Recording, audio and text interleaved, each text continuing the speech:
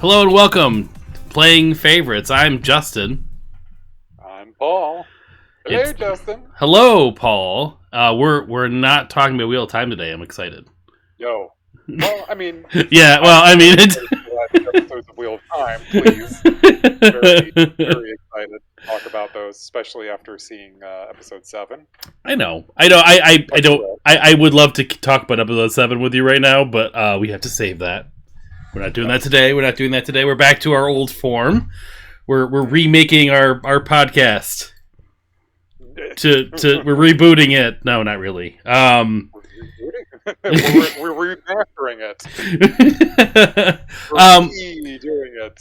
So it's been a few weeks since we've done an episode for our standard Playing Favorites podcast. We've been kind of dabbling in some reviews. If you have the first time here, typically what we do here in the show is we take a topic from a variety of different topics and do a little research on why some specific topic is our favorite. We've been doing this for a while now, and today we're going to be doing favorite remake, reboot, remaster for video games. For video games specifically. Yes. So that's our topic for today. But recently we've been doing a lot of reviews for Wheel of Time. You can go check those out on our YouTube channel. We have other episodes that we've done of favorite topics, like favorite video games of the decade, etc. Favorite villain, favorite hero, all those things. We always seem to mention favorite villain. But I would like to give a shout out to one of our older episodes. I would like to shout out favorite duo. Remember that episode? Yeah, we had a lot of fun doing that. We did have fun with that. So that was. Really want to dive into? Yeah, we don't have a video version of that one. We should do a remaster of that episode. We should do a remaster right there. Oh my gosh, that's a great. The video version of it. That was such a fun show. Like, if anybody wanted to dive into something to listen to, I was thinking about. Check our podcast channel. That's the only way you're going to find it. Is that our podcast? Any of those podcast services, we'll find it. But yeah, if you haven't, you can find us on Anchor. But if you want, you can find us on any podcast application that you use. Yeah, that's what we do here. But we're going to just dive right into today's show before we kind of go into the actual topic. We haven't done this in a while, so really I'm just going to open the floor. What's been going on? What have you been up to besides Wheel of Time? Okay. What have I been up to? Well, I can tell you what I've been playing lately. Mm-hmm. Been playing a lot of Donkey Kong Country Tropical Freeze. I cannot tell you how much I love playing this game, because it is the difficulty of the first Donkey Kong Country. It's like that kind of attention to how you jump to get into into secret barrels. But it's less about the pixels in that one. Like, the pixels aren't your enemy. Like, I mean, I'm sorry. Like, there's some your enormous hitbox that you don't even know where it is. But I mean, we obviously, it's funny because I was just gonna kind of talk about our Let's Plays we've been doing as well. We have a bunch of Donkey Kong Country Let's Plays on our YouTube channel. And I've talked about Tropical Freeze a lot on that. I think my game was a little high on my mic. That game does remind me of Tropical Freeze, but just you could see things better in Tropical Freeze. Yes. A lot of that first Donkey Kong Country game, while it was like, kind of revolutionary for the time, a lot of it's like I forget what that type of graphics is called. Do you remember? Not cell shading. Oh, I don't know. It was you know what I mean. But anyway, like seeing like playing a whole game like that was really cool. The backgrounds are neat, but yeah, it's generally kind of dark and like you really gotta squint. It's made for a CRT. It's made for it to be like glossed over a little bit. You're not going to be seeing high resolution anything. But great music, and just like the first Donkey Kong Country, Tropical Freeze has some really great music too. The thing about Tropical Freeze that was nice, and I'm trying to remember, maybe you can remind me, because I actually played this on the Wii U, so like you're playing on the Switch, I think, right now. So right. you got the funky mode, right? It's got the funky Yeah. mode. Oh my gosh. My son couldn't play this without Funky Mode because Funky Mode gives you Funky Kong, which he has a surfboard. So if he lands on spikes, no problem. No problem. You land on your Yeah, surfboard. I didn't get any funky mode. You get a double jump and you spin the surfboard to control your descent. So it's kind of like you get a double jump and you get Dixie's power, sort of. And you get 5 hearts instead of 3. But you don't get a partner. No Dixie, Oh, you Diddy, can't or keep it Frankie. See, why would you need one? You're like Yeah. practically invincible. See, when I play this game, me and Amber actually played this a lot of it co-op, and like she would go through the level with me, and like she'd have fun. It was frustrating, but I think sometimes she'd just die on purpose just to give me back control. And but the nice thing, though, I feel like that's different than Donkey Kong Country, and I'm trying to remember, maybe you can remind me, is when you get to the bosses, it's not just like 2 deaths, you're done. It's like a rotation. Like, I think you just keep... Like, your buddy respawns, I think. There's a way for them to respawn mid-fight. Like, if one person dies, and then you have to, like, do something, and you can get back in. I just remember going through, like, cycles of just, like, constantly returning within boss fights. Oh, yeah. I mean, like, I think it's just like any level. If you die, you press the button, you come back in a barrel. That's unique to the Donkey Kong Returns and Tropical Freeze, like, where you can just come back like that. Where in the original games, you didn't. You got that's what I mean. Yeah. Like, it was just so frustrating when we'd have to restart the level every time, where in Tropical Freeze, there was this kind of, like, event. Like, eventually you had to, like, start over because you've, like, done enough respawns that you can't do anymore, or what have you. I think there's a limit. I don't remember why. Like, I think... Talking about lives or respawns? Say you have Donkey Kong and Diddy, right? And Donkey Kong dies, Diddy takes over, but eventually Donkey Kong will come back into the level and keep like rotating back and forth. But I think there's a certain scenario where you can't come back, and I don't remember how that works. But whatever. I just remember that was, this is like 7 years ago I played this game. Well, I mean, it is a very fun game, though. I have to. I spent a lot of time just really trying to find all the puzzle pieces. Like, this is the kind of collect-a-thon game that we will try to 100% for sure. We can't. Like I told you, we started playing the first few levels of the game when we first got it. And we played the first level 3 times, right after. We didn't even go to the second level our first night playing. We just played the first level, trying to find all the puzzle pieces, get all the Kong letters. I didn't do any of that. I didn't do that at all. Well, I'm not a speedrunner anymore. I've been turned to the light of slowing down and finding every single secret in there. Because it's really challenging, and the challenge is actually rewarding when you get it. When you get that last puzzle piece that you were missing. I'm really enjoying that. But I've also, on a side note, started playing very briefly, haven't gotten very far, the 2018 Spider-Man. What is it? What did you say it was? The Insomniac, the developer. Yeah, they make Ratchet and Clank. So far. Really cool. I love the character design and just where the story starts. We were talking a little bit about this. We don't have to go through the origin story and all that. We just we're in the action. He's already Spider-Man. He's already broken up with Mary Jane, right? And he's getting back together with her. That's where I am right now in the story. It's they're gonna go meet for dinner.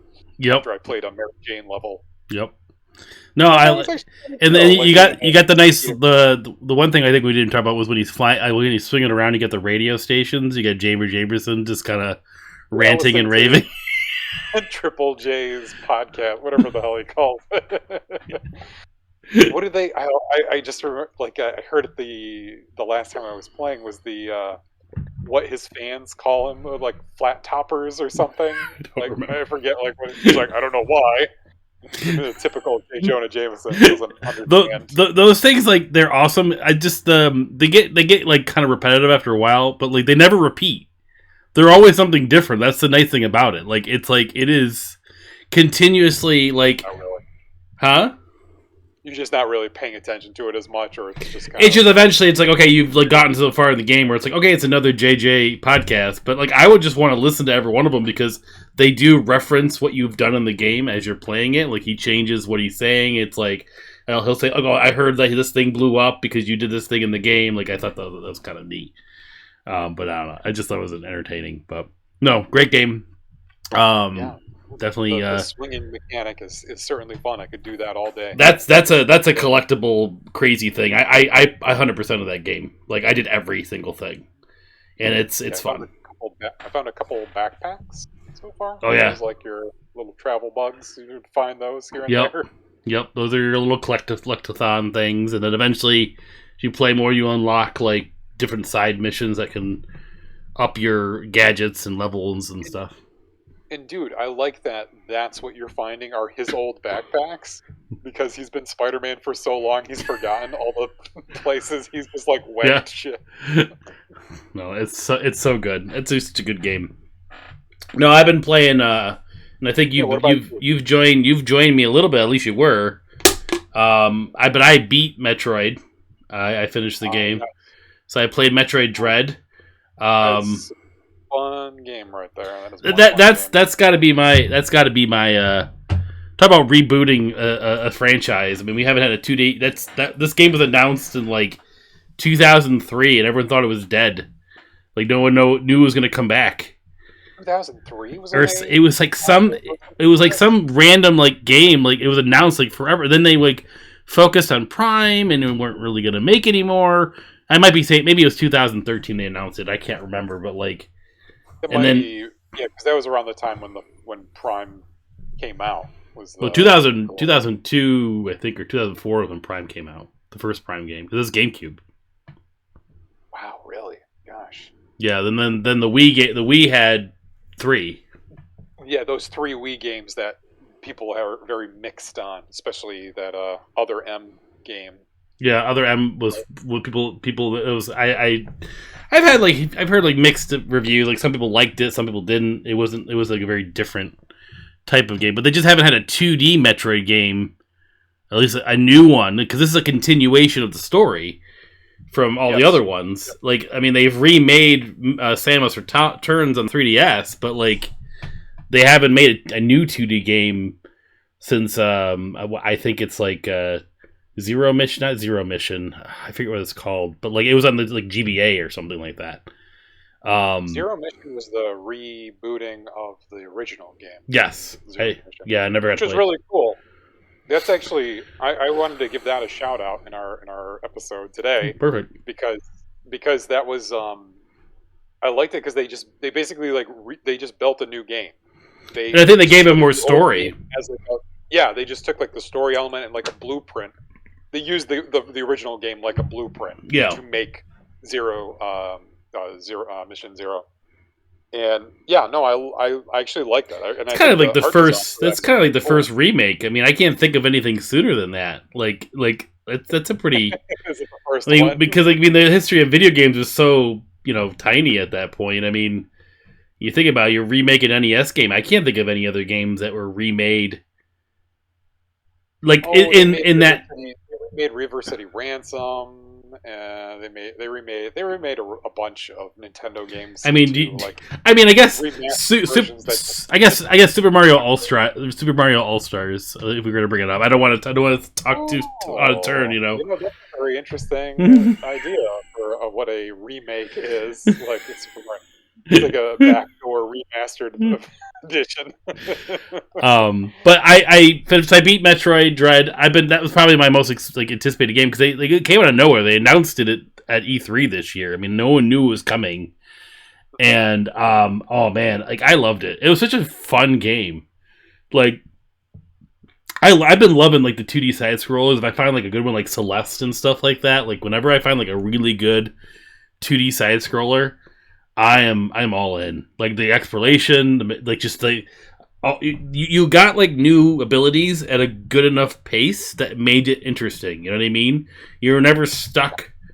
Like, you're like, oh man, I'm in the water. This sucks. Like, I can't stand it. But you're only in there for like just long enough to make it annoying. But then the second it becomes annoying, you get the next like ability to kind of make it not annoying.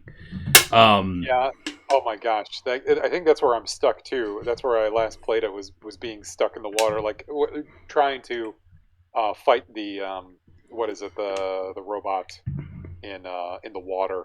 It's like getting chased by that one, Mm-hmm. trying to like get through there. No, I feel like I've gotten like through a good deal of You're close to the the main story of the game.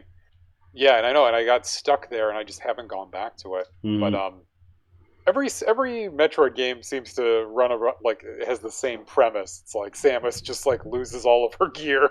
It's like, all right, I find mean, it again. that's the thing with games, though. It's like, I mean, you can complain about that with movies, is like to stop following the same formula, but like with games, why break a mechanic that works? You know what I mean? Like, I mean, And I feel like people expect it of certain franchises. Like you expect to fight Bowser when you're playing a Mario game. You expect to fight Ganon when you're in a Zelda game. You expect to be able to do certain things in those games.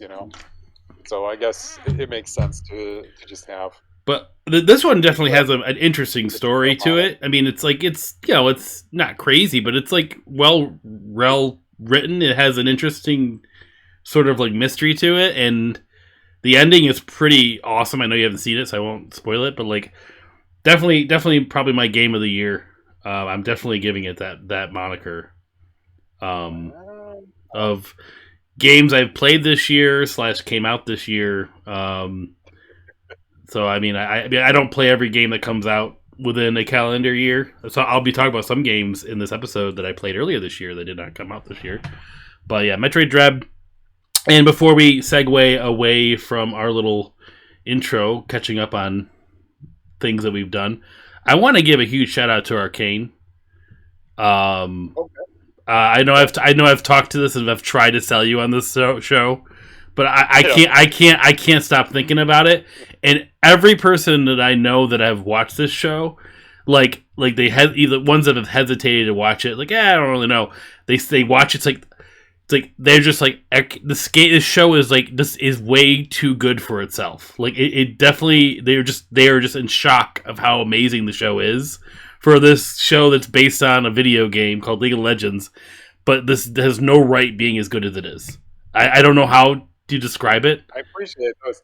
I like things that end up like that. It's like this shouldn't be as good as it is, but it is. Like, I mean, I was seeing people like rave about it, like people that I've seen like that I would never expect to like this show, or like are really critical about things. And every person that has like I've seen that has watched these things have just amazing things to say. I don't know what your take would be on it. I know you probably don't want to watch it, but like I really wonder what you would think if you watched the whole thing, because it is. Animation wise, it's just a masterpiece of animation that I can't fathom. It's for what it is. It's like phenomenal. I can't. Yeah, I can't rave about this freaking show enough. I will try to get our 40 listeners, 30 listeners, or well, hopefully the episode gets 1,000. Please watch Arcane. I want them to make as many seasons as possible of this show. So please watch it. Yes, maybe I'll try to watch an episode of it. Not just the first episode. I'll just pick one. And just watch random it. one. Just a random episode. You can't sell me in episode 6, then why should I watch episode 1? Because you need the character development, because that's all this show's about. This show's about character development. This video game TV show, right? This video game anime, League of Legends, based on. But here's the thing: the art style of it is crazy looking. That's what I'm worried about. It's like I feel like I can't watch it. I thought the same thing. You got to watch it in motion. You got to watch it in motion. It's not just like it's a hybrid. It's like the sound, the music, everything just sort of it works so well. If you look at like just screenshots or like just like a little snippet of something, I don't think you're gonna quite get it. But the attention to detail of the show, it's just like they add so much. It's so much detail to little like just a room. Like it's just I don't even know why they put so much time into the show. They could have like easily made like a quick like like I look at like Cowboy Bebop on Netflix and I see Arcane next to it. It's coming out at the same time. Cowboy Bebop deserved way more time and energy than Arcane did, but Arcane just blew that out of the water. Arcane got the love. Like ELC to be a good show. Now, do you think it was like a? Who made it? Was it like a Netflix thing, or is it through? It was through the developer that makes the game. So, from my understanding, League of Legends. I'm not a League person at all. But I've looked into this now that I'm obsessed with the show. League, like every other, think. I'm going to give it. They'll understand this. Think of Star Wars: Old Republic, right? Like you probably would never want to play the game. The game doesn't look anything like the cinematics that they make for those. For that, right? You know what I mean? But the cinematics, those are like the other Star Wars movies. They look amazing, right? League does the same thing. It makes crazy cinematics that make you just want to learn about this world and lore, but the gameplay has nothing to do with that. The gameplay is just toxic and just competitive, like MOBA, which you just have like the Dota kind of thing where you go up towers and you just destroy things and da. Like the gameplay is not what makes this show. But the thing with those types of games is they make really cool character designs, but they don't give really any lore to them. They just look cool. So like you already have like the cool factor, but then for some reason they just made a really compelling story and somehow were able to blend all these cool looking characters into this really intricate, well thought out political world. Like it's like Game of Thrones but animated. That's like the best way I could describe it. Like the animation is really, really souped up too. I mean, it reminds me of like the difference, like with the last season of Clone Wars and Bad Batch, like that kind of like upscaled. Like everything is just the detail is much finer and more attention paid to like little nuances and character design and.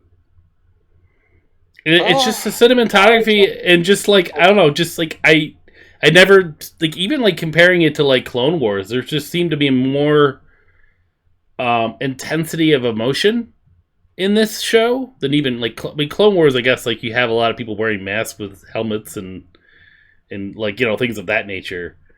But there's just, man, I don't know. I can't, maybe I hope I'm not overhyping it for you. I really don't think I am, because there's a lot of people like this show, and I'm really trying to get you to. Anyways, I'm done. I'm done. I'm off my arcane pitch.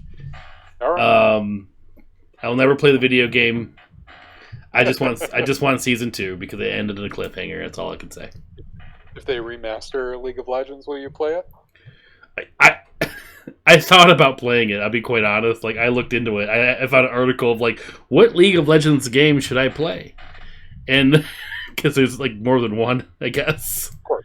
Yeah. No, I've watched people play it. I've watched it on Twitch, and it looks crazy. It was like once I heard about it, I was like, this is not something I would want to play. But I'll watch other people. Play it. I played Dota, which is the same thing in a sense. Yeah. But like. Yeah. I played it when I did have children, back when it first came out, before it became like super popular. And then I got to this point, like a year in, I'm like, I can't commit 40 minutes of nonstop gameplay. I can't do that. I don't have. That's a lot of time.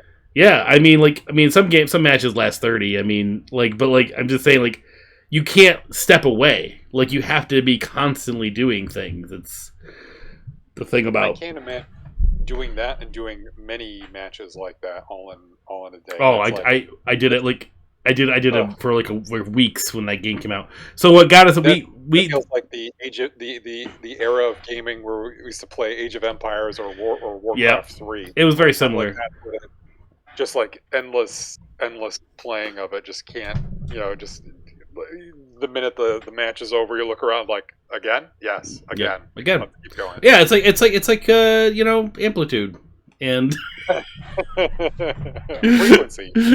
frequency. No, what I'll say, like, we had Sean, who's been on the show for our Hero Quest episode that we did.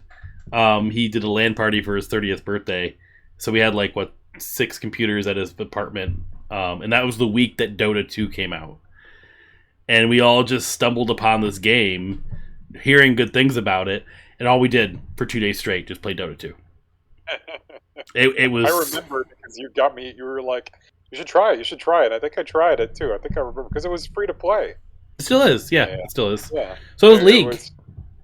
it's just like, man, like I cannot, like the time commitment is one thing, and Yeah. just the intensity with which people play. And then I got to the point where it got like so toxic, and you play and people yell at you for not picking the right weapons and like not jungling and not farming and not bustling and booping. I don't know. There's a bunch of weird terms in those games. I don't know. Bustling and booping. Oh.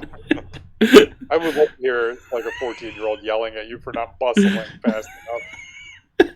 Jungling is a term. I made up bustling and booping. I know what jungling? Like jungling. Jungling. What does that mean? Forcing someone into the jungle? I think it's like you have to like you like cut through the jungle to. I don't know. Oh my I God. don't So know. It's like rushing in what's it? Counter-Strike, right? Because we used to play a ton of Counter-Strike, and when you'd rush, you'd try to just get to like the central location of the map as soon as possible to set up, like whether you had a sniper rifle or not. I'm looking up the definition just so we know. A jungler is a role often seen in summoners. A jungler earns gold and levels up really fast.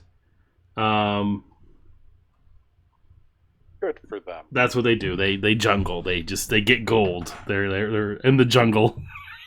I guess. That's what I think. Wouldn't you just call it mining? Isn't that what everybody calls it in every other thing? I don't know. Don't ask me why they call it jungling. Farming, man.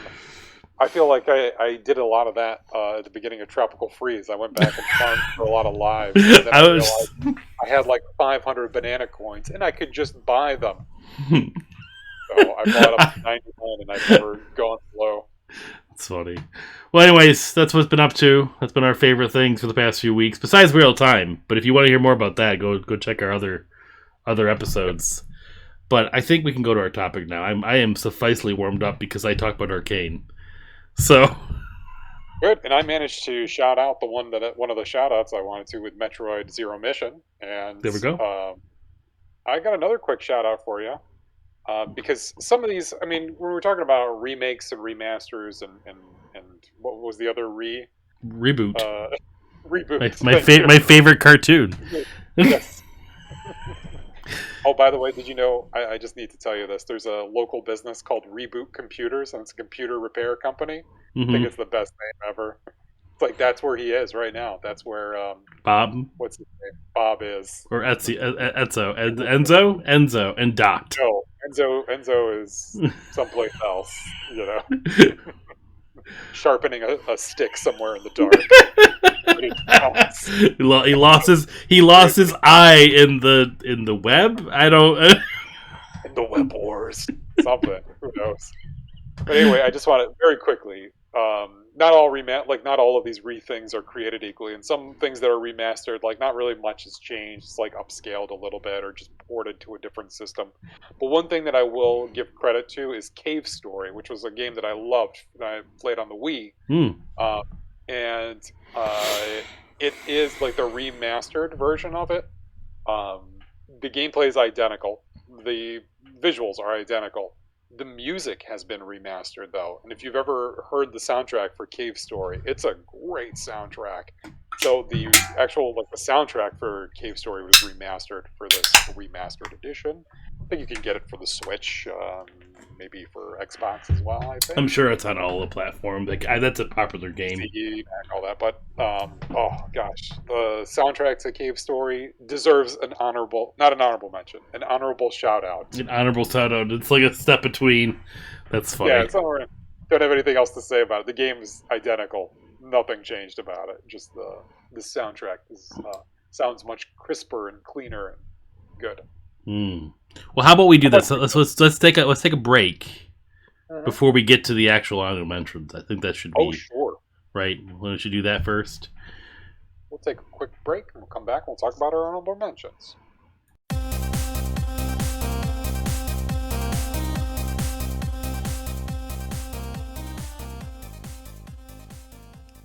We're back. Well, Justin, do you have an honorable mention you'd like to bring up for this favorite episode? Well, you just shouted one out. I did. I want to shout out one because I haven't really played the game all the way through, Okay. and it's relatively newer too. So I just wanted to say I wanted to say it, Final Fantasy VII Remake, because like I know you haven't played it yet. Okay. Um, Yeah. Just the demo. I like the thing with this game. I just can't seem to get sucked in for some odd reason, like gameplay wise. But I love it though. Like I don't get it. Like I don't understand what's what. Like it just hasn't grabbed me. I just not in the mood to play it right now. Ever since I got it and like jumped into it. I feel like they oversaturated the Final Fantasy VII market, and they finally gave people what they wanted, which was like a fully like a remastered or reboot of this game. And it's like I think it's just like too late. I think people like the ship has sailed on. I don't know. Sure It did sure extremely well. It did. And I know, yeah. and I know they're doing more, but I mean, this was something that I know that we've talked about. We wished like there were this kind of graphics for playing, that PlayStation 1 game, and now here, it's like they finally give it to us, and it's a little different too. It's not exactly the same. Well, it's a separate story. It's like a side. I mean, I'm not going to talk about. I know the ending a little bit, like, but I mean, I've played probably about like 5 hours of the game because I got it for free on PS Plus. The thing that was deterring me from playing the game though is like there's a part of me in the back of my head. I'm like, I have a PS5, and I know there's a PS5 version of this game, but I don't have the PS5 version. I have the PS4 version. So I'm not seeing the true power of what this game could potentially look like. That's really what's holding me back. I like, well, and I just had other games I got distracted by. Like I was just playing other things. Metroid really took away my like focus, and then I got, I think, Returnal 2, where that kind of distracted me as well. I wanted to play an actual PS5 game. Ratchet and Clank came out before that. I was playing that, so like nothing was really like, and I know like I know these Final Fantasy games because now like me thinking I have to spend 40 hours to beat this thing or 30 hours or whatever, for some odd reason, like really just like deterred me. But then I played 30 hours playing Last of Us Part 2. So I don't know. Like there's just something, maybe because I already know the story. I don't know. But I think part of it though is I'm not as big into the combat as the turn-based game. Like I just like that's just what I know Final Fantasy 7 to be. And but the thing is I'm shouting it out because I still think it's amazingly done. It looks great. The voice acting is great. There's like really nothing wrong with this thing. Like I can't I can't pinpoint why I can't get gripped. But I just found out as of today, actually, tomorrow, anyone that got the PS4 game gets the free upgrade to the PS5 version. So now I'm like, maybe I might be able to finish this thing before Part 2 comes out, which it probably won't come out for a few years anyway. But I just wanted to shout it out because I haven't finished it, but so far I've liked the way it looks. Yes, it's very pretty. Yeah, very, very nicely done, and like very seamless in terms of like cinematic to gameplay. Like the things that there's no giant cloud arms, no sharp. There's something nice about the. There's something like when you play those old games though, it's like nostalgia. Yeah, nostalgia.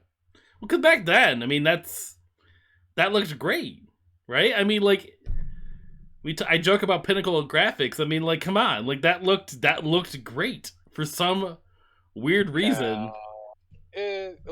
I'll say this: the level design for Final Fantasy VII, when you're just like the things that you run around in, even though sometimes it could be impossibly hard to figure out where you're supposed to go, like where a door was, or you can actually climb on that ladder. The backgrounds themselves are beautiful, like they're really well done, like they like really artistically rendered. But the character models, they're just, what's crazy, and this is sort of like another like I guess like kind of like this is like my honorable shout out that you just did. Final Fantasy. Final Fantasy. You've watched me play Final Fantasy VIII Remastered. I mean, like that looks great, and like you think about it, that game came out a year after Final Fantasy VII on the original PlayStation. Like a year after that was Final Fantasy VIII. It seems like nowadays it'd be like 5 years. Oh yeah. Before like that would happen. Game development's nuts now. It's like back then they just they just copied and pasted and just changed some art. Like I think they just like it's like No, it's like turn it out, get it out, get it out. Start working on the next one. yeah. I And mean, well, you but know what? I'm gonna keep in the same vein, and I'm gonna steal the spotlight for Final Fantasy. Did you now? Was it an honorable mention or it was an honorable shout out? You said for eight. this for Final Fantasy Seven. No, for Final Fantasy Seven. Seven was just a shout out because I haven't really played enough of it Ah, to really give a true and then thing. you honored eight with a shout out a Because little I bit. played a lot So of it, and I think it's actually a really good remaster. The fact that it's like it looks like it's not like so pixelated, and it's just like they add just enough quality of life, but it just felt like the original game. That's all I want from a remaster. You know what I mean? Like it's just make me feel like I'm playing the original, but don't make it like kind of get rid of some of the old mechanics that make it bad to play. yeah, Because you know right. what I Make it mean. hard, make it difficult to Like, move around the world, and yes, but yeah, give me options to like play it that way if I choose. I want to play it like a purist, I guess. But like the fact that I can fast forward through battles because eight that's a nostalgia game.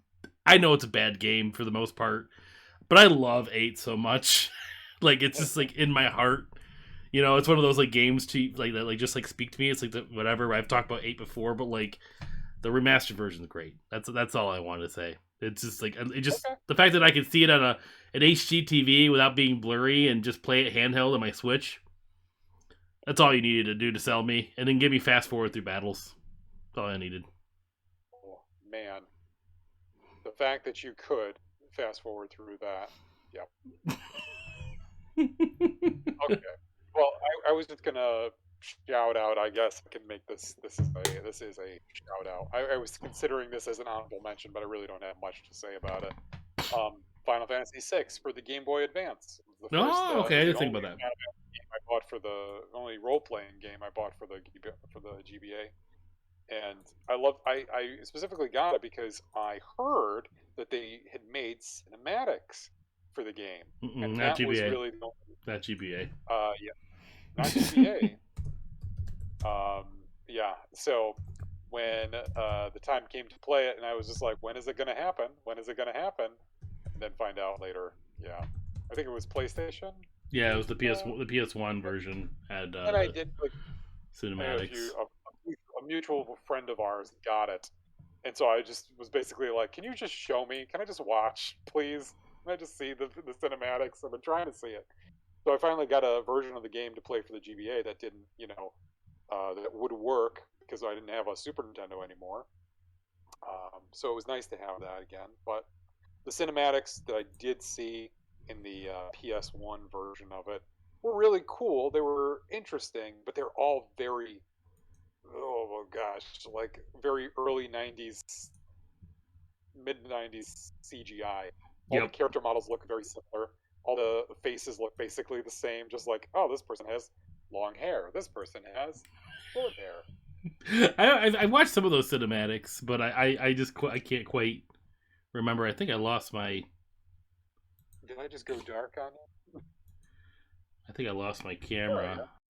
I'm gonna fix it really quick and come back. I don't know what happened. I was doing a bunch of stuff. My camera turned off. I must have hit a wire, maybe. Oh boy, Um. I still see you there. All right. Sorry, I don't know what happened. OBS acted weird. We're back. I think you were Okay. talking about bad CGI from the '90s. I think that's what you were Yeah. saying. Yeah. Um, So just like every character looked basically the same with just like a different wig on. Didn't matter who it was, like whether you were Sabin or Celeste. It was just like the same character model. it's funny. It's like they just put a different wig and like makeup on. Like, yeah, that's a CGI character you've always wanted to see. But anyway, I was like still so super excited to see, those characters not just in sprite form, and kind Hmm. of similar to the art of the series or the game, because 6 had a very unique like art style, like very stylistic and kind of Painted. like, It was like painterly. You know what I mean? yes, very, very, like Yeah. very beautiful and detailed, like Mobius's paintings or something like that. But Have you ever seen um, the because initially 6 was going to come out in the 64 or something of that nature, or Really? or 7 was. That's right, 7 was. So because 6 obviously came out for Super Nintendo slash or Final Fantasy 3, but then they had obviously had the dev kits and they sent over to Square Enix or Square at the time, SquareSoft at the time. Mm-hmm. And there was a video you can probably find it on YouTube if you Google on YouTube, but it was like just like a sort of like a demo of Final Fantasy on the 64. But they did is they used all Final Fantasy 6 characters for the demo. So you got Locke, but they're like in the middle of this like empty dark abyss. But think 64 graphics, But like it's got very like polygony, like it kind of looked like 7 type character models. Sure. But they're like it's like think like 64 type stuff, and they're like they're just attacking. They're just doing an attack of the monster, but then there's this kind of very like there's some like sort of landscape behind them, but it's not much there. But I was like, oh man, we could have had this on the 64, but no, they wanted to have Squaresoft wanted to have a disc and not a cartridge, so they can put more cinematics in their games. Yeah. Well, now look at things. Now we're back to cartridges, basically. But no, I mean, heck, we don't even have digital media that much anymore. I mean, it's all digital now for the most part. Yeah, no hard copies like that anymore. It's true. I mean, I've been going more physical myself lately, but because I want to be able to let people borrow them and trade in stuff. But yeah, I mean, digital is kind of the way of the future. Just buy more hard drive space. I guess. No, that's the thing. I'm kind of with you. I'd rather have the physical copy in some cases. Yeah, but I don't buy physical movies anymore. It's like. And I don't even remember the last movie I bought.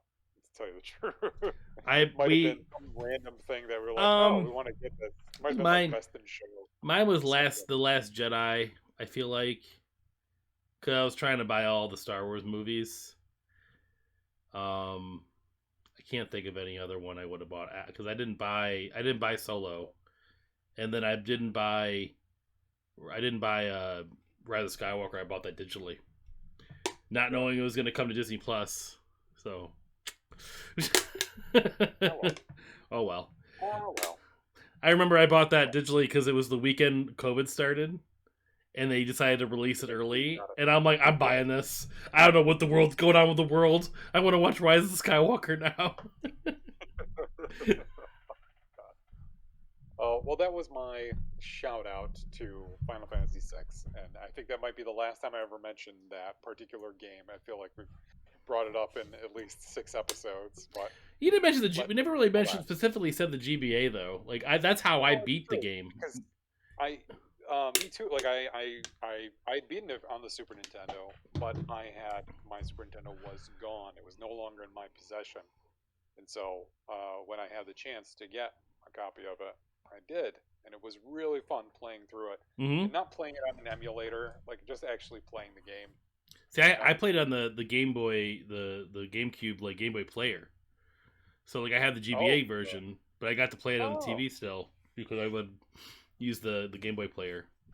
I'm pretty sure I still have my copy of it too. I don't have the GBA anymore, but that one stopped working. But yeah, I still have that. No, it was good. It was a good copy of it. I mean, I was happy to finally beat the game because I couldn't beat it on the Super Nintendo. But well, I guess to segue a little bit out of, I think I'm just gonna be just kind of listing off a lot of things here. I got a couple big ones that I will talk about, but I do, but since we're bringing up Final Fantasy, like this is like the Final Fantasy episode. The remaster remix / redo final mix thing of Kingdom Hearts. Like I'm just gonna. Who can keep track of what version of Kingdom Hearts you play? Well, the nice thing about those, I mean, those are just awesome additions of those games from the PS2 because they brought them to the PS4, so they're obviously in HD graphics. They fixed the controls for one. Like, controls for one were really bad. Like, they were horrible. Like, you had to control the camera with your R and L1 buttons. Oh my gosh, you remember those games where you had to use the triggers? And I don't understand. They had a right analog stick. I don't know what. It was too much to code. I don't know what they were thinking. I have no idea, but it was ludicrous. That's um, awful. Though. but no, they're just nice compilations because they those remakes or remasters or reboots or not remakes, remasters or definitive editions as some people would call them. Were nice because they were collections. So you had one and all the spin-off games and like the first half of it, and then the next one had like two and then other spin-off games that came out around it. They would even put like some of the ones that you couldn't do the remake, like you couldn't put on like a PS4. They would give you a little like kind of synopsis movie of what happened in like one of the games. Like I have all three of those final mixes / remakes. They even brought the 3DS version games to those as well, and they're probably one of the better versions of those games. And I don't really have much to say about it because I love Kingdom Hearts, but I just wanted to bring those up because they are just amazing remasters, and I think it's really the best way to play those games if you're ever going to play them. If you've never played any Kingdom Hearts game, get them for the PS4 and buy the what was it? Just go for that. Yeah, it's the 1.5 Kingdom Hearts 1.5 final mix, and then it's like 2.7 1.7 final mix or 2.7 final mix, and then they have a 2.8 final mix. And then when you play Kingdom Hearts 3, it's like you play through 2.9 in the beginning. It's the prologue of 3. It's so ridiculous. Gosh. Like, I remember when I loaded up 3 and you play a bunch of missions, and it's like, you've just played 2.9. And then all of a sudden it goes, Kingdom Hearts 3. Like, big intro screen. I'm like, man, so many different like just equations in that freaking game. It's just so ridiculous, just the numbering system. Well, you know what? I'm gonna piggyback off of yours, and you're talking about a collection of games. I'm gonna talk about a collection of games too, and that's the Uncharted Nathan Drake collection. Nice, good choice. That was my first honorable mention. I'm glad you kind of set me up pretty perfectly there. And I did not play the originals, but I have watched the videos of the differences, and it's not so much that the originals were bad, or I mean, there might have been like some incidental issues with controllers that they ironed out. But really, like it's the graphics, it's the look of it, and the feel of each of the atmospheres, like the atmosphere of each like location. The first game, like certainly interesting looking and pretty cool, but the seeing the difference between that and the remastered version is pretty remarkable. Like Ubisoft, a good deal. Is it Ubisoft that did this? No, it's Naughty Dog. Ubisoft, Naughty Dog. Thank you. They put a lot of work. It's not like just a port. They're really good with definitive editions and like remasters and things like that. They put a lot of time in it.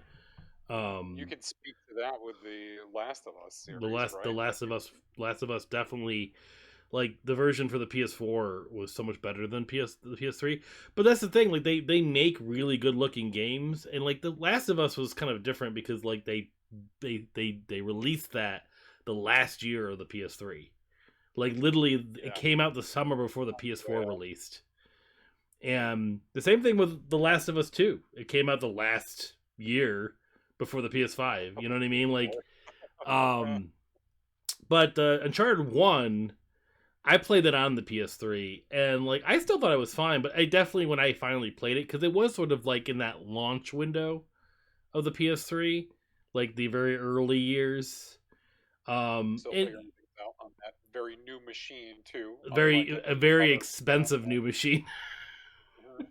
And like I actually knew a guy that worked. I think we talked about it, but I knew a guy who worked on the on games for the PS3, and he was just like, it was insane, like the difference. He was so happy with the PS4, considering like the different. He was like, the PS4 and the PS2 are much more related than people would care to admit, and the PS3 is just this like alien, this weird bastard child. That's why we got so many remasters and like definitive editions, because of the PS3 architecture. Like, you can't they can't do backwards compatibility like Xbox does.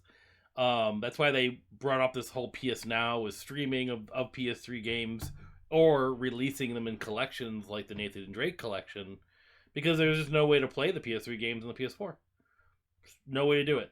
They're locked to that system unless you stream it, which is not a good way to play it, to be quite honest, unless you have a really good internet.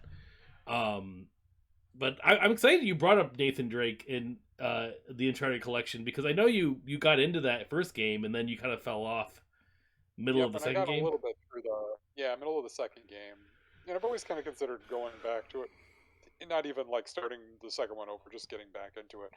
Um, I think I just like I'd done so much of it so quickly, and I was just like, that's enough. That's enough for now.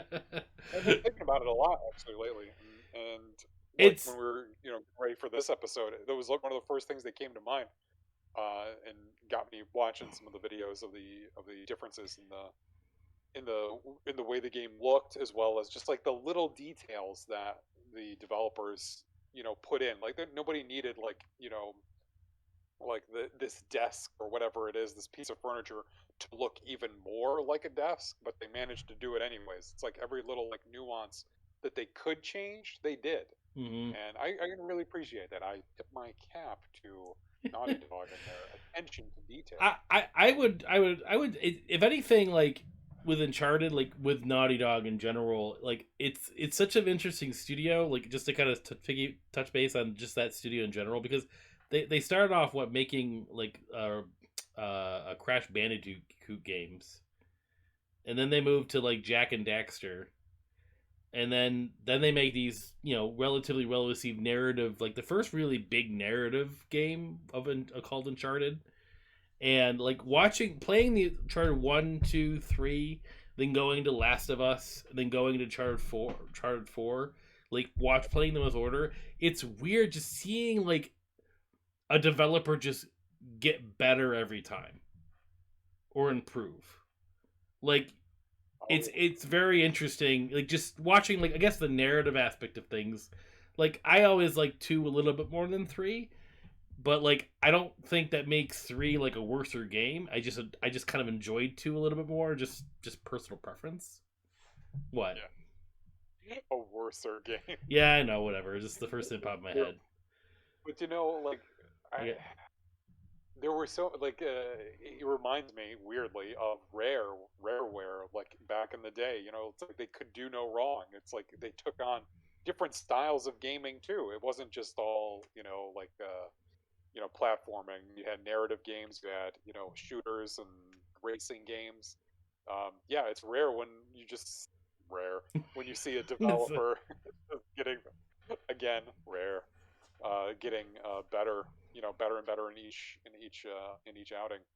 So what, like, just out of curiosity, what is next for Naughty Dog? I mean, Last of Us Part Two has been out for a bit. Nothing on the There. horizon as Well, of yet. Last of Us had a multiplayer part called Last of Us One had a thing called Factions, Yeah. and they've been working on making Factions 2, I guess, or Oh, okay. that at least that's the rumor. It's never really officially confirmed, but they did say they're making a multiplayer element of Last of Us Part Two, but they're making it more separated from the game, and that's sort of what we know. They say that they have ideas for Last of Us 3, but it's not anywhere in the kind of It's like not even in development yeah, technically. it's like maybe like they have like thoughts and ideas. I'm sure they are always thinking about it, right? The only other thing is the remake, funny enough, of Last of Us One, and Yeah. then you have the show that's coming out as well, which I'm curious how that's going to pan out. Yeah. When is that supposed to come out? Is it later in I don't know. next They're year? still filming it technically, so I thought it was supposed to come out before the end of this year, and no, then the last they're I still heard, amongst filming. They haven't finished filming. well, everything got kind They would of get delayed. pushed back. But I thought I heard like spring of next year. I don't know. Who knows? It But might still be a I while think they're away for just that. sort of Anyway, like slowing, like we gotta think like Last of Us One came out, and Naughty Dog didn't make a game until Last of Us Two. Well, they made they made Uncharted 4 and that's Lost right. Legacy, Yeah. and that came out 2000 and gosh, that like 2014, 15. Oh, really? I was gonna say 16 or 17, but Because Uncharted 4 came out like 2 years after the PS4, which is 2013. But if anything, it takes them that's still a 5 year window before Last of Us 2 came out, 5-6 years, yeah, right? yeah. I mean, roughly. Who knows what's next? But, anyways, I'm gonna. Tell me what's your next honorable? Oh, I'm gonna bring up. This is funny that you brought up Uncharted. I'm like so excited. It's so funny because my favorite reboot is Tomb Raider. So. Oh, okay. Yeah, Not favorite. No, honorable mention. Sorry, but not favorite. But it definitely almost was my favorite. I actually don't even know if it is my favorite. It could be. Tomorrow it could change. So it was the 2016, right? 2016? 2013. 2013. Gee. Yeah, it's old. And that's right. Yeah, because there's been 2 other games since then, right? Yeah, they made a trilogy. Yeah, so because Tomb Raider came out the same year as the Last of Us, so 2013. Okay. And when was the first Tomb Raider? When did that come out? I mean, we were still in high school. Oh, that was like 96. 96? Yeah. We were in middle school. We just started. Yeah, no, because I remember it was still. Yeah, I'm pretty sure it was 96 that came out. Yeah.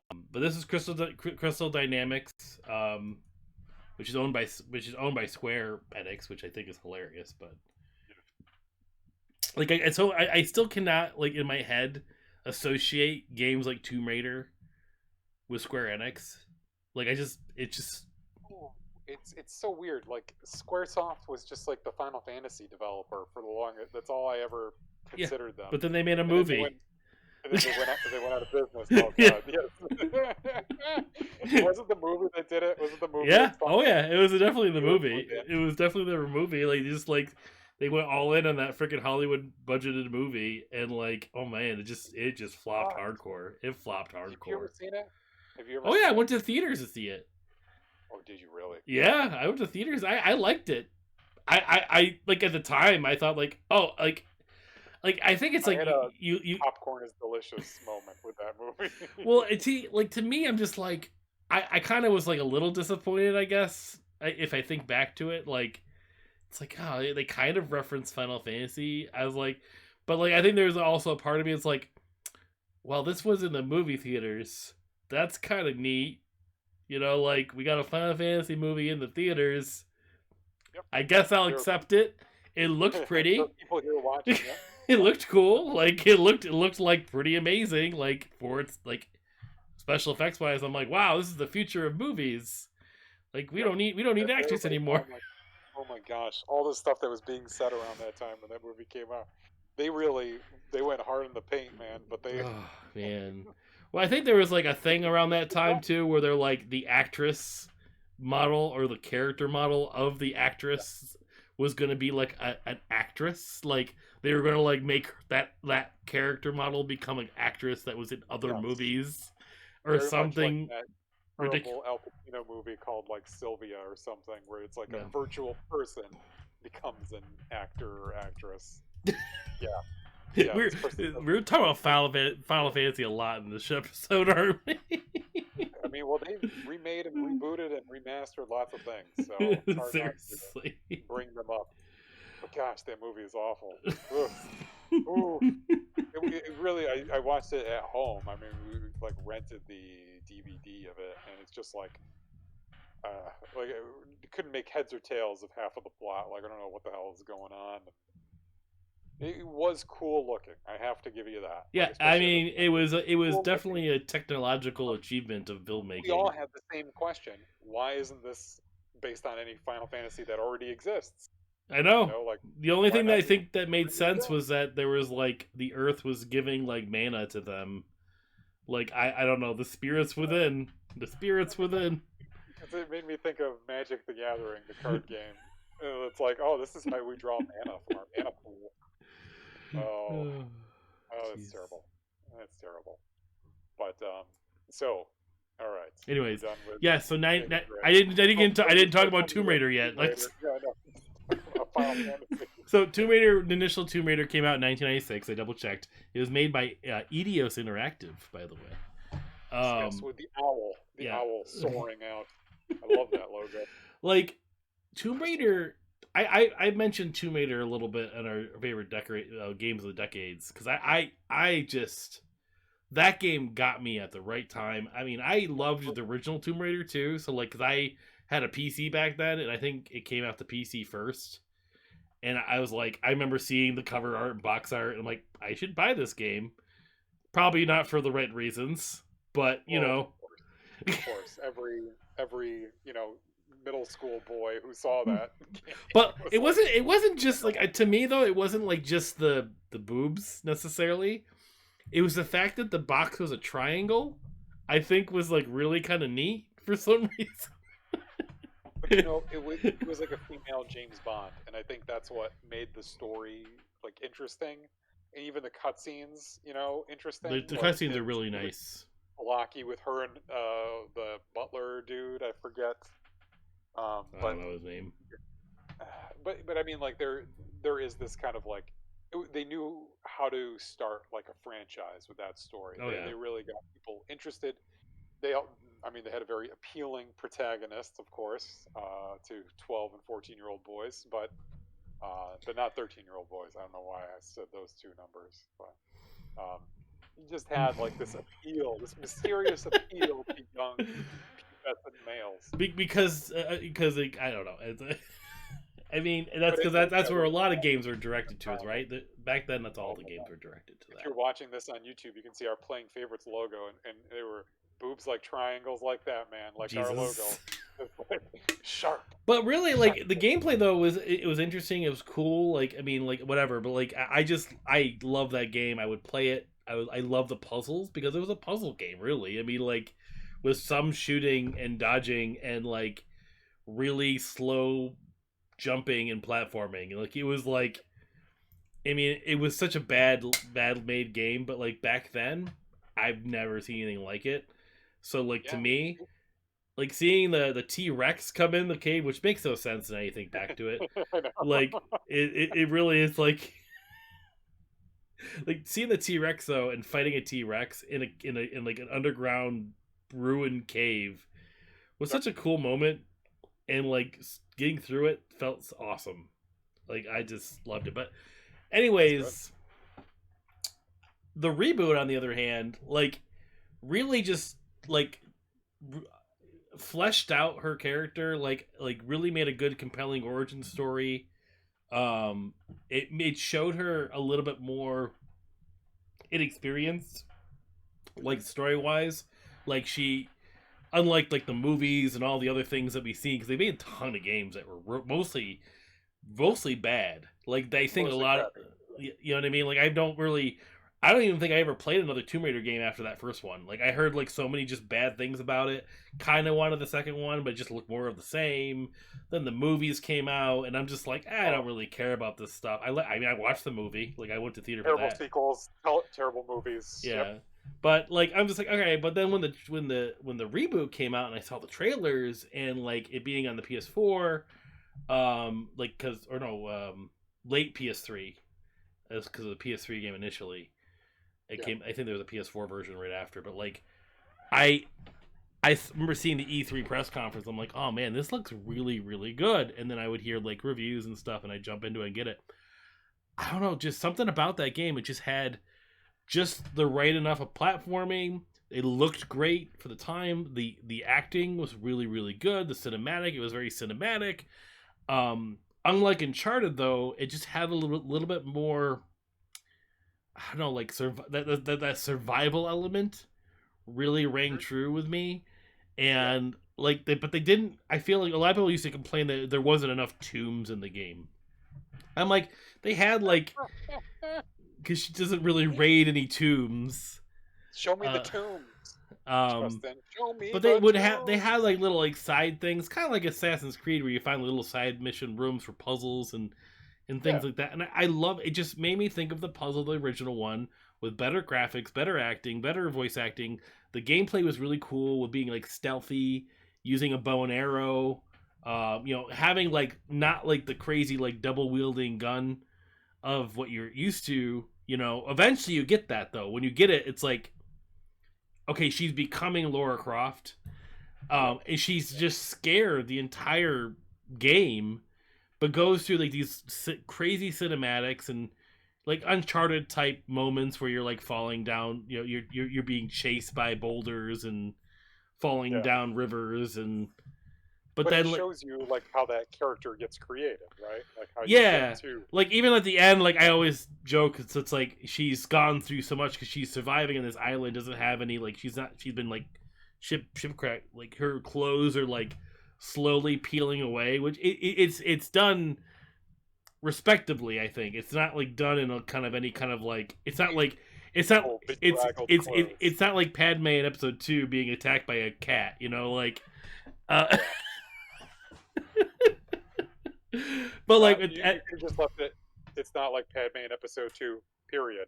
You could have just left it true. right there. There you go. That's true. But But by anyway, the end, where you have like her to the point where she has lost all of her like overgarments and just the white tank top with the two guns, and it's just like, oh my god! And then the last thing you do in the game is just like she gets two gun, like I think you just like grab a gun at the end of the cinematic and you have to like aim it at the boss and kill it. And it's like, oh, she's just become Laura sure. Croft, and like, but like there was just other things they Yeah. add, like the hunting elements, and just that was just such a great reboot. And I played the sequel, and for some reason, it just didn't hit me as much. I don't know what it was. Then she got to the cocky Laura Croft. I can't. Everyone raved about the second game, but just something about the first game, I loved it. Like they just hit me right in my nostalgia heart of like they've matured Laura Croft, and I don't know how they did it. like you know what I mean? Well, They made they went to the bare bones. It's like, well, how does somebody get to that point? It's like, well, what was the first tomb she raided? It's like they're trying to bring it back to the beginning. No, and I totally can understand why the sequel wouldn't do well, because you're basically showing the origin of this character, how it gets to that cocky, James Bond-ish type of female protagonist, but just doing the same thing again doesn't really land. I mean, It's like the the anticipation of you becoming the Tomb yeah, Raider. the second That's what's game was wrong. still a great game. Like Oh, it just I'm still was sure. good. It's just like it's just It something doesn't land about, the same way. yeah, like it was just something about like it wasn't like she was cocky. It was more she became obsessed, and then they started including like the villains they included. Just like it just kind of rubbed me the wrong way. I'm just like, okay, now we're just getting into like typical Bond type villains, and like she's obsessed with finding this certain thing in the island, doesn't care about her friends. Like she becomes sort of a bitch in a sense, and like I just that just didn't make me like her as much. Where she felt so like I don't know, developed in such a she was more kinder in the first one. Like there's just something about the story that really didn't ring really well with me. I still finished the second game. I just like I still liked it. I had fun gameplay wise. It was they did so many different Yeah. things. It was good, but just something about that first one. I love the hunting in that game too. Like I love how they added that in there because it's a survival game. Like you need food. Yep. It's like It's like um Snake Eater, man. You got to be able to eat some snakes. yeah. So that's my that's my first really big honorable mention. Like I that's what I will talk about forever. But yeah, I don't, that's all I have to say on it. So. Good one. It's a good one. Um, I've got one for you.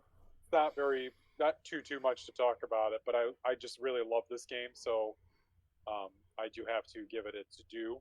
And my other honorable mention, my second honorable mention, is for I always knew it as Out of This World, but apparently the real name of it is Another World. Oh And yeah, you made me play this. it's You made me play the this. game that I played on the Super Nintendo. Here's another one that was just like, I'm pretty sure it was a PC game that was ported to the SNES. Um, but like it looked like no other game. It played like no other game. It was a puzzle game, and yet it was like it required so much trial and error to get it right, to just get through each like little stage. And I can't tell you how many times. Like I wish they would have a death counter, in that game because I cannot tell you how many times I died just to like get through the first level, just to escape the first, the first chase. Um, but the remastered version came out in 2013, and I think I got it from like the PS4, like the PS Plus. Just like picked it up, and I was like, Yep. oh, like awesome, cool. Like I'll play this again. And I love they have two versions. You can play it in the original mode, which like has the way it looked originally, like all pixelated and kind of grainy and not easy to see some things. Or you can play in the remastered mode, which was much sharper, much cleaner. And you could like toggle between these as you're playing. You could Mm-hmm. just like turn it on, turn it off. It was really interesting. But generally speaking, like the controls definitely respond a lot better on the PlayStation 4 than they did for the Super Nintendo. Yeah, I bet. Things are still a little like purposely clunky, I think. But playing through it was just and getting to We beat it again was so much fun, and being able to see like a lot of the things that were just like I kind of make out like a cityscape, or I kind of understand. Like, it looks like a crowd of people. Like seeing those things in sharp relief was great. Definitely, I highly recommend if you've ever played that game. You definitely we owe it to played we yourself played to it play the together. remaster. That's true. You watched me play. Yeah, that's right. You watched We me never we fumble my never. way trying to get through it Well, again. that was our one of our. You came to visit, and we were trying to do Yep, practice let's we were doing. plays. We were We practicing our never let's never play. released that episode. Those are our B sides, Justin. Those will get Yeah, released, with our anthology I collection. don't think so because they're on my PS4 that died. So I don't think Oh we're. no! That was before we had All a that ca- work. That was before we had a capture card. Man, those we'll have to make a reboot of that let's play. That's Oh hell yeah! I'm gonna I'd just play keep. like I could just play that game anytime though. For real, it's very fun. That's It's hard. like because you memorize the patterns. You like remember how to play it. And once you played it, it's like yes, I can defeat this game even when It even felt when you it's die. like it's kind of like You still Dragons. know It was like Dragon Slayer, the side scroller. It's like I feel like you have to a just little like bit, really kind a of little like bit. sort of like There's make like sure you're making the right choice and all that stuff. you know And what you know how I can best describe this game is that it's a side-scrolling platformer that occasionally has QuickTime events, but they don't tell you when the QuickTime events come. All of a sudden, you're in one. Like there's no warning, like buttons pressing. It's all of a sudden like the music changes, and you're like, "Oh crap! What am I supposed to do now?" And then you're dead, and then you try to figure it yeah. out from there. But Mm-hmm. yes, it's like the QuickTime events are not advertised at all. It's just like, and now you're running for your That's life, funny. and now you gotta drive this tank. You don't know how to drive this alien technology. Mm-hmm. Oh, it's so good. But the ending is great because it teases a sequel, and we never got a sequel to it. Well, maybe someday. The guy, I don't know if the guy is still alive who made it, but he made a lot of those kinds of games. I think he made I don't know if he. Uh, anyways, he made that game, and it's really cool, and I love it. Another World, 2013 for All PS4. right, so I have a shout out and another honorable mention, but I won't spend a ton of time because it'll be talking a while. Do you have any more before the final? I do have one more shout out for you, but if you'd like to shout out first, that's Well, fine. I want to shout out. This kind of like people consider it this. It's kind of interesting. Like God of War 2018 as a reboot. Like I really like. Just want to. I don't spend a ton of time, but it's considered like a reboot of the It's franchise. not a reboot. It's not a It reboot at all. It's a sequel.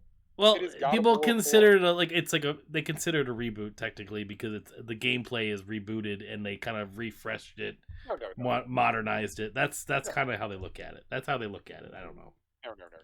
I'm sorry. Well, those Hey, people are wrong. I'm just basing it on Wikipedia's reboot list. Okay, this is what I'm basing it on. That's why I'm shouting it out because I don't know if I Well, kind of agree with it, but I just wanted to make sure it was thrown out there for someone that thought it was a reboot. well, Because if you said God of 3, the remastered version for PS3 that was ported to the I PS4, didn't play that. then I would say yes because that's very fun. But I think the PS4 version is very different than 3. It is a it's a revitalization. It's revitalizing the franchise. They had to fix. Or are you talking about You're talking about God of War 4? Yeah, Yeah, that's not a. I don't think it's a. It wouldn't count as a remaster. I would say yes, it's a revitalization. I'll give you that. That's the I would give you. It 'Cause, yeah, modernized it. I mean, yeah, you everything's couldn't. modernized, the Yeah, characters modernized, but the characters aged, and the stuff in his past that happened in the previous games is important for understanding this game. I It's a know. sequel. It's Yeah, not I really know. anything. I know. I don't know. People consider it a reboot of the franchise, but video games is weird. It's like because Okay, it's not give me these people's names. I'm gonna start writing some letters. okay. It's Games Media. James, first name, media. Anyways, but this one is actually a remake. My honorable mention. Oh well, shout out is this is they're kind of like twofold. Shout out, Wind Waker HD, best way to play Wind Waker. Yes. Oh my God, beautiful. And the Wii U. That's the only thing I missed about my Wii U is Wind Waker HD. Yep, I put it on my list too. I never even played it, but I know it's gorgeous. I don't know why they don't put it on the Switch. I don't get it. Why? It's so easy. Just put it on there. Just You're waiting for something. sell it to me for like $100. I don't care. Just give me the best version of Wind Waker. Don't worry, they will. They'll find a way to squeeze another, every last penny. It's so funny because like I love the original Wind Waker, and I wasn't gonna buy the HD version because I just like there's a part of me that's like I'm not gonna keep buying these games over and over again. But then I'm like I saw trailers, and then they sent me an email, and they're like, because you are already a Wii U owner, you can buy it 3 days earlier, and I'm like, sure, okay, Nintendo, you got me. Me this time. All right. And it's funny. I was talking to our friend of ours that lives around here. And he did the same thing. So, yep. You're in good company then. Oh, but how this relates to my last honorable mention, though, and I've brought this up on our favorite Zelda games is a Link's Awakening remake. Yeah, I knew you know, I thought that might be your favorite for a little bit there, but like. Yeah. It's close, but this other when I get to the actual favorite, like I don't know, there's something about that one. But anyways, the thing with Link's Awakening remake, it's just a gorgeous game. It's the same game, but it's just such a different experience going through it. Like it was just like I wish they would make all the top down Zelda games look like that. Oh my gosh, yes. Could you imagine if they did a remake of the original Zelda in that style? I would love it. Or like Oracle Seasons, or like the other ones in the Game Boy Colors. And yeah. Those are great. Minish Cap's an excellent game. Yeah, like I mean, I would love like I love the Oracle Ages and Oracle Seasons. So I feel like that would work well because they're still in that kind of vibe of Link's Awakening because they were both on Game Boy Color, so I think it would fit really well. But like I would say Link to the Past, but I feel like I just like Link to the Past the way it is. I don't like why change it.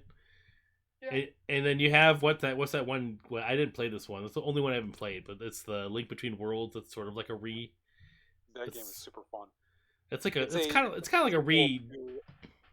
No, it's technically like a direct sequel to a Link to the Past. Yeah, but it's like their way of like maybe almost remaking it too. Like it's a sequel, yes, but it's like the same in a sense area / levels / thing kind of, right? Yeah, like it's the same Hyrule. It's that same Hyrule, and then you learn about Low Rule and like the thing between the worlds.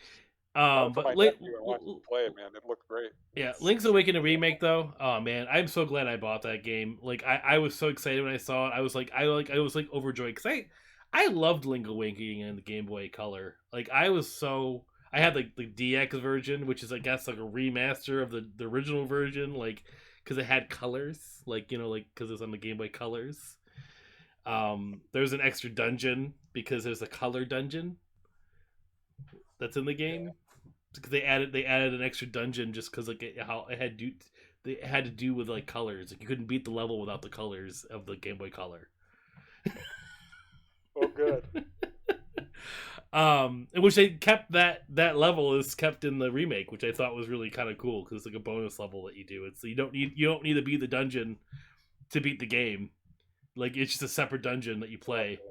Oh, that's good. Yeah. But no, like it's just I don't know. I don't even know how else to talk about it except it's gorgeous.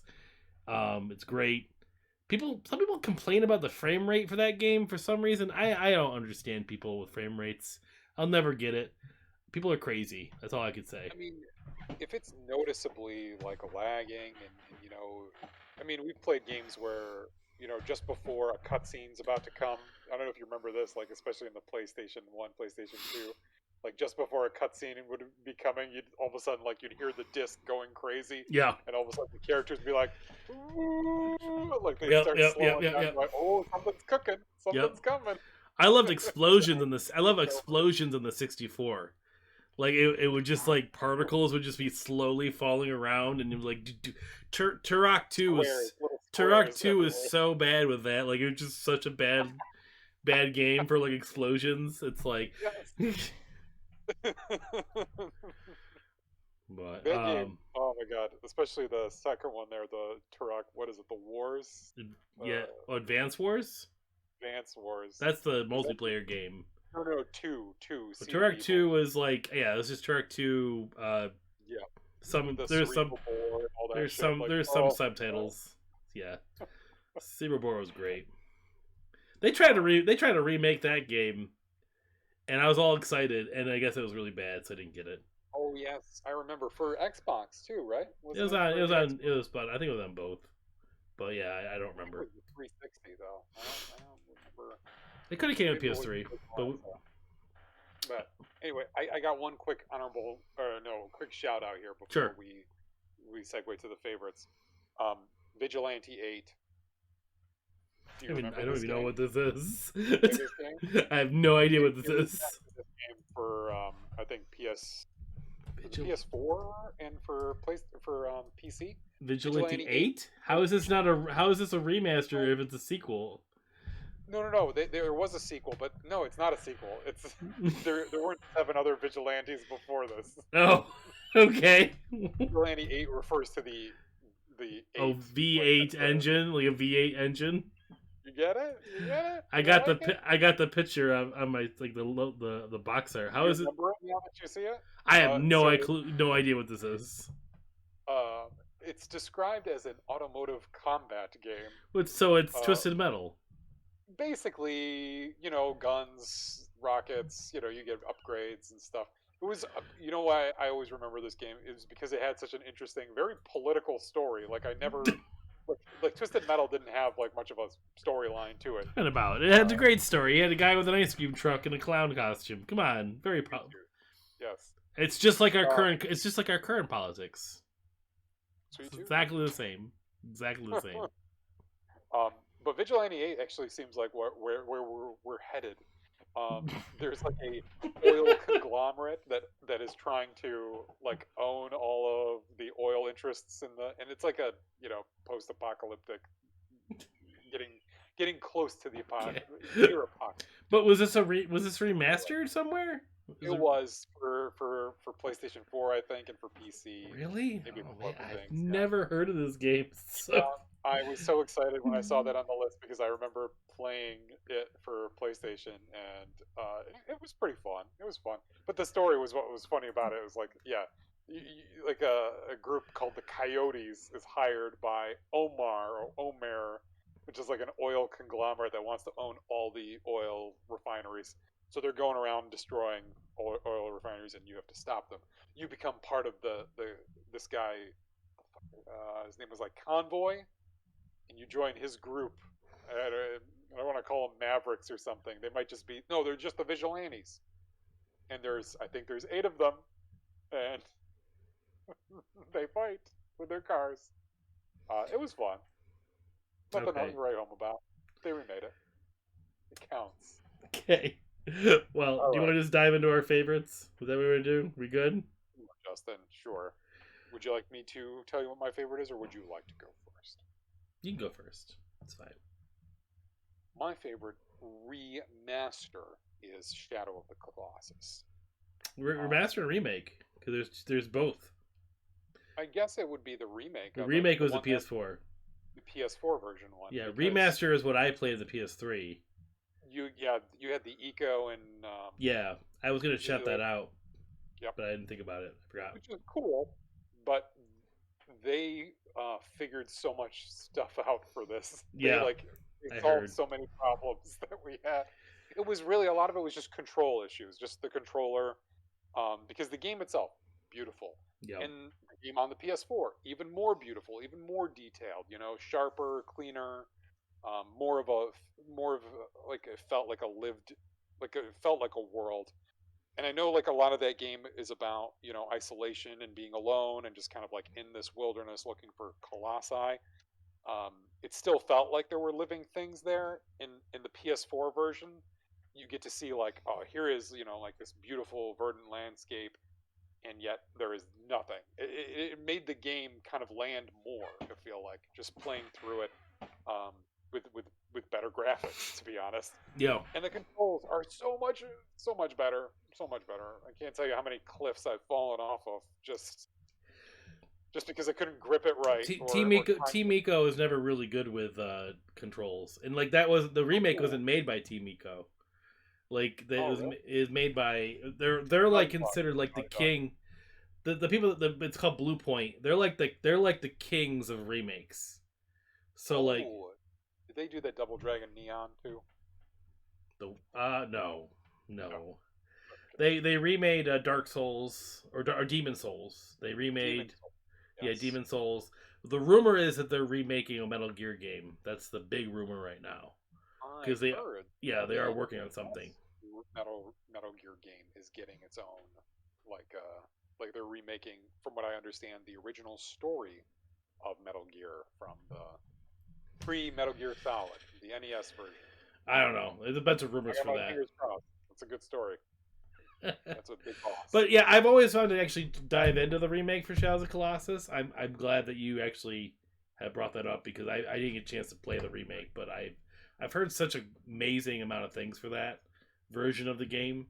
I just played the remastered one, which I thought was gorgeous on the PS3. Like Sure. it ran great. I never played. You played the PS2 version, so I'm sure the jump was even like Oh, crazier for you. pretty stark. Pretty damn stark.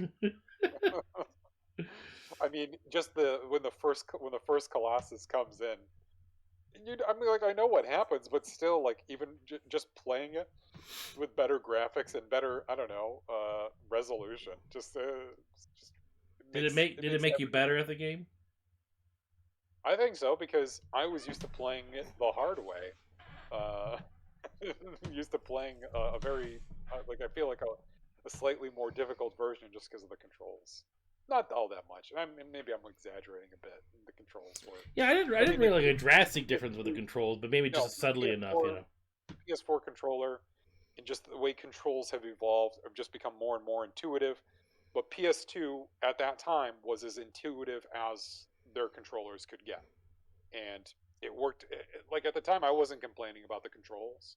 You know, I'd be frustrated with it, but then like playing Donkey Kong Country on the Super Nintendo, it was my fault that I didn't make the jump, not the game's fault, not the controls fault. You know, Hmm. so I Did you take all that criticism kind of with a grain of salt at the same time. But it's did very you finish beautiful. the remake? No, but I did play up until left it alone for like a long time, and then I went back and went through another five Colossi. I think I only had like two or three left to go.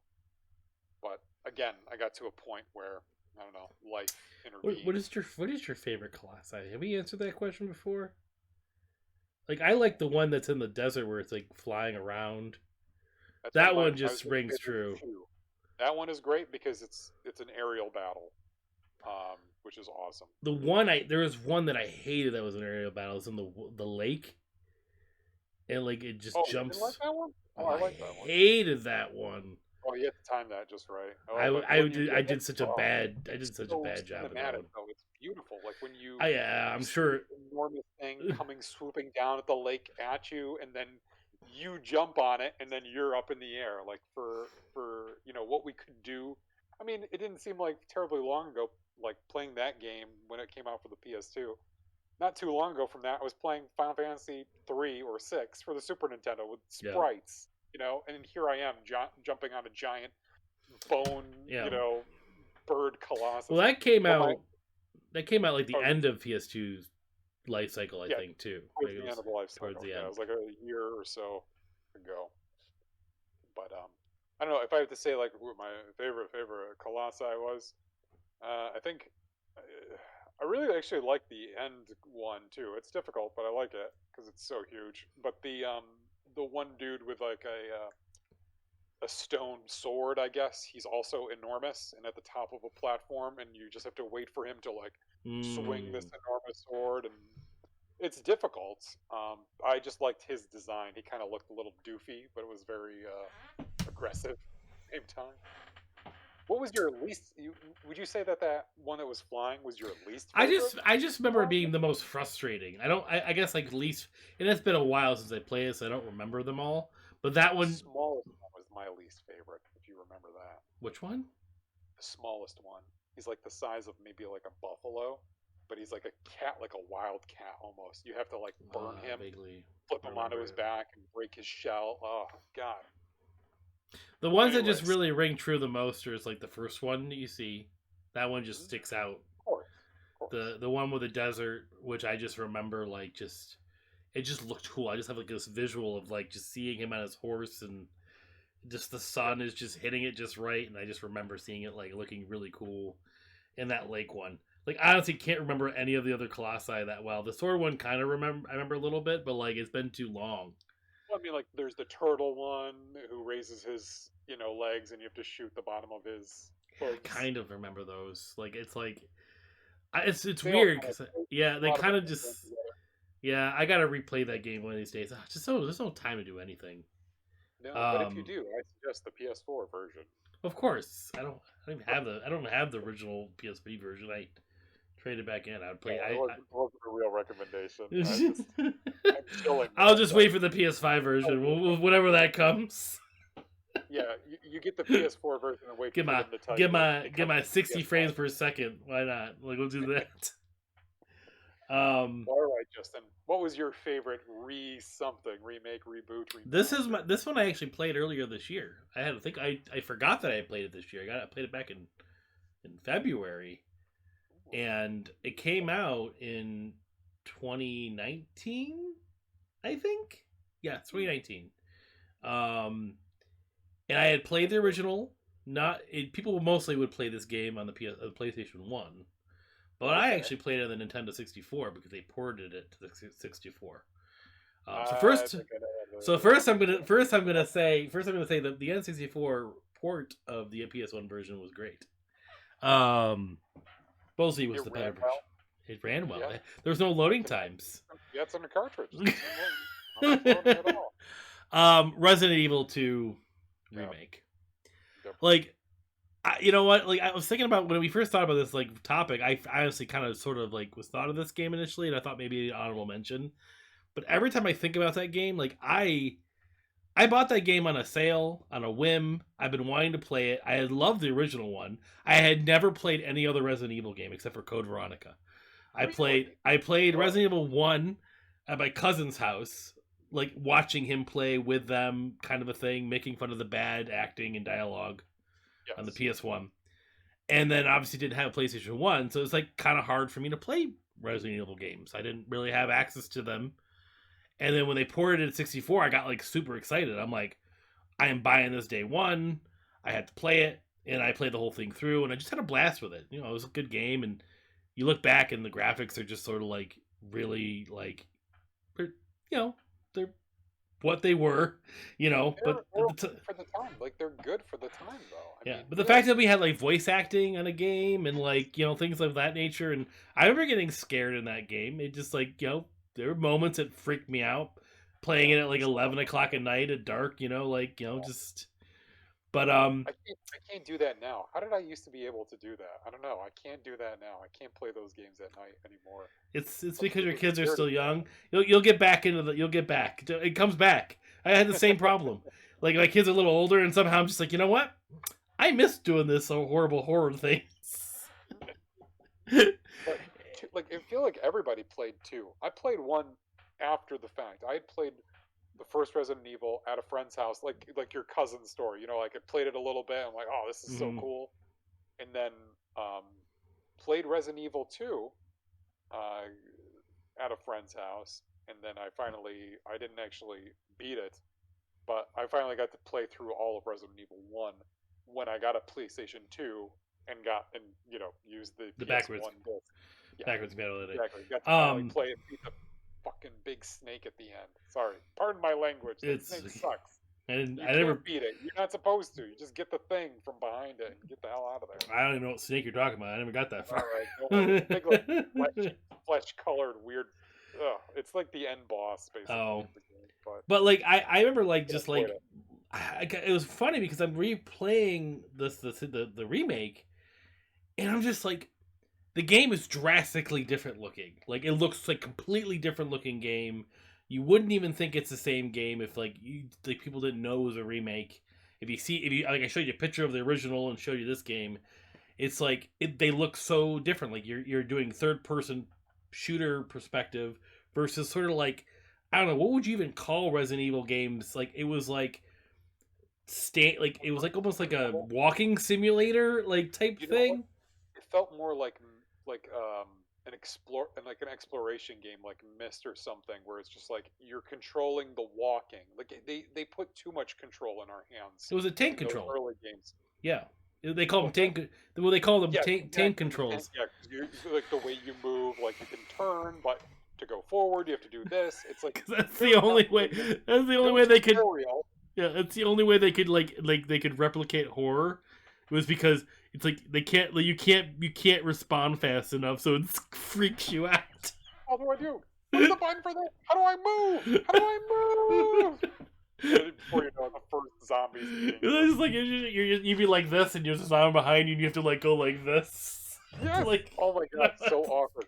Let me turn my whole body to aim at you. Let me lift the gun to aim. Shoot. Miss. But like playing the remake, it just like I'm like playing this game. I'm like, the controls are so much better. The graphics are amazing. The voice acting is like good. Like. But then I'm like, I'm remembering the game of the original game. It's like it always felt so familiar. Like throughout all the levels I went to, I'm like, I'd walk into a room. Obviously, it looks visually different perspective, different angle. I'm like, I've been to this room before, but I had never been there before in this game. Like I played it in the original game. It's like I'd walk to like an area. I'm like, oh, this is that part of the game. I remember this part. You're getting deja vu playing the game. And but they just change it just enough to really like freak you out and really work with like the horror in that game was just more of the zombies are kind of scary. Like obviously you have the ammunition that you're worried about. You still have the same puzzle. All the puzzles are the same. They're just kind of like presented a little differently. I just like. All I wanted to do was play that game every night. Like I was just so sucked into it, ingrained into it, engrossed into it. It was just a visually amazing looking game. And then the second you beat it, then you want to do Leon's version, play that version. You know, it's like, because obviously he gets a different perspective. There's a different boss, and then once you beat his version, then there's the extra boss at the end. And like it's just, man, Capcom like has done phenomenal the last few years. And like I heard so many good things about Remake, and I kind of was like curious, but I'm like, I had lost my love for Resident Evil 8 years ago.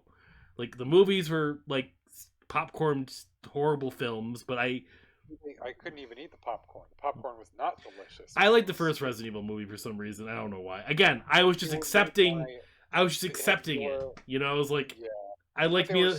Blocky, like it was Mila Jovovich. Yeah, and her husband was the director. Yeah, it was just like. Ugh. But the first one, I thought the first Resident Evil movie was one of the better video game movies we've had.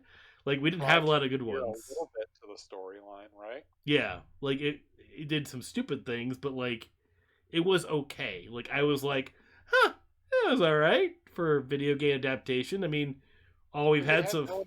The first two games in there, right? Yeah, because you find the lab. You find the lab, but then she goes to the mansion a little bit too.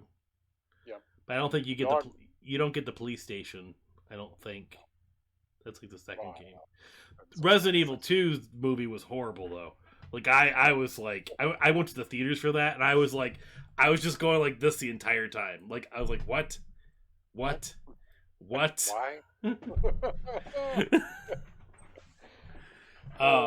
But yeah, because I never played 3. I've never played everyone's favorite, which is 4. Like I've never played that. Everyone loves 4. 5 I heard was okay, and 6 was bad.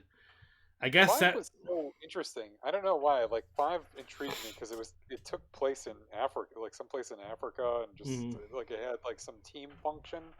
You could use like you needed like it was very similar. I don't know why it reminded me of like what I'd heard about like Last of Us and other even like God of War, like where you have like a partner kind of thing. You're working in tandem to like solve puzzles. But no, yeah, 6 was terrible, and now 8, right, is good. Loves 8. Everybody loves big women. Got nominated for best game of the year, I guess. So I'm with them. But I guess 7 was interesting too. But that was like the first person version. Yes, they made that. So that was weird though. I didn't play that one, but Resident Evil 2 remake, I was just like all in. It makes me want to get because they remade 3 as well, and it makes me want to actually dive in and do that one because they just did a good job. If you ever get a chance to play it, it's usually sometimes on sale for like $12. Like that's how I got it. So definitely recommend it. Still in my scared phase. Your scared face. I don't know why. I used to be able to play like the horror games just fine. I used to let that stuff just like roll over. I don't know what unlocked this ability to go back to this stuff, like where it just doesn't stop bothering me. Like I don't know what did it. I really don't know. Well, if you tell me what achievement you unlocked, I'll try for it. I just think I just stopped caring about like I was like whatever. I feel like I haven't watched a decent horror movie in a long time either. But we watched Jason Goes Manhattan recently, didn't we? Or we watched the we watched the body count. What was it? Kill count. Kill count. Yeah, you'll get to the horror stuff. But I know it's not we're not talking about remastering of horror films. So even though they do that quite a lot, they reboot them every other year. It seems that's very true. But anyways, are there any other shout-outs you'd like to throw out there before we wrap up? I can't think of another one. One that I will shout out that I really want to play is the Mass Effect remastered. Yes. I would love to play that, and that would probably make my list if I had played it, but I have not, so I can't say anything about it. I don't know if I could go back through the first game. Well, like the first game had such an interesting story. And that's what really like pushed me to keep going.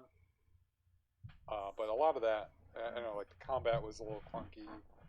But they fixed it. They fixed it for the remaster, though. That's what because it is remastered. I think it has gameplay from the second game. So they put the combat from the later games into the first one. Good. I just want to go back and save Ashley because I didn't know you could save her.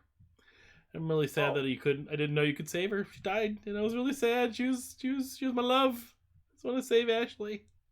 Oh, don't you have to choose though? Someone has. No, I found out how you save her. There's a way to save her.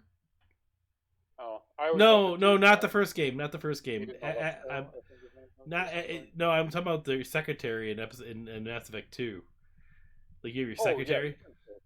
I didn't know you could. She was my romance. She was like my love, and I went to save the Reapers. Went to stop the Reapers too soon, and she got eaten. She got like destroyed. And her death too. It's like she's in like a phone booth, Yeah. All of a sudden it's like blended, like drops into a blender. Like she's like, I know. It was so sad. Like we had like I've like maxed out our romance with her like right before we left, and I'm like, oh man, me and her we're gonna have a really good night when we come back from this mission. Like Jesus no, and I guess like she gets like a different hairdo in this third game, and I'm like, I didn't learn about any of this stuff until this year. I had no clue you could save her. If you do let her die in the third game, you get this this other woman. She's like, "Hi, I'm your replacement. Please Yeah. don't let me drop in a blender. Will you take better care of me than the last one?" Yeah, you just get like a replacement. It's just like, I think I vaguely now yeah. you're Justin. It was so sad, but anyways, Oh, definitely one I want to try that's I'm gonna remaster my Mass Effect story. That's what I'm gonna do. Oh, we all need a reboot here and there. Start it over. Well, this was fun. I'm excited to see what we could do possibly with this remaster reboot theme. What else we might be able to No, explore? But I'm sure there's movies um, we could do, but I, yeah. we can't say just yet what the next episode of our regular podcast will be. But if you people are still following our Wheel of Time adventure, our last episode on the Wheel of Time will be coming soon, where we're going to be covering episodes 7 and 8. As of the time of this recording, we're right before. Oh, Justin, at the time of this recording, happy winter solstice, the longest night of the year. Well, that's the thing I think we got to do next, right? We got to do our holiday special. Yes, we do. Yes, we even do it every year. We do it. We do it, but in that time between holidays. Doesn't matter. It's a holiday special. Whenever we release it is up to us. Because we like to enjoy the holidays too, damn it. Well, Justin, yep. This has been very fun. Yes, it has been. I am glad to do this again. Yes, it's really nice coming back to our original form here. This has been good. This has also been Playing Favorites. Justin.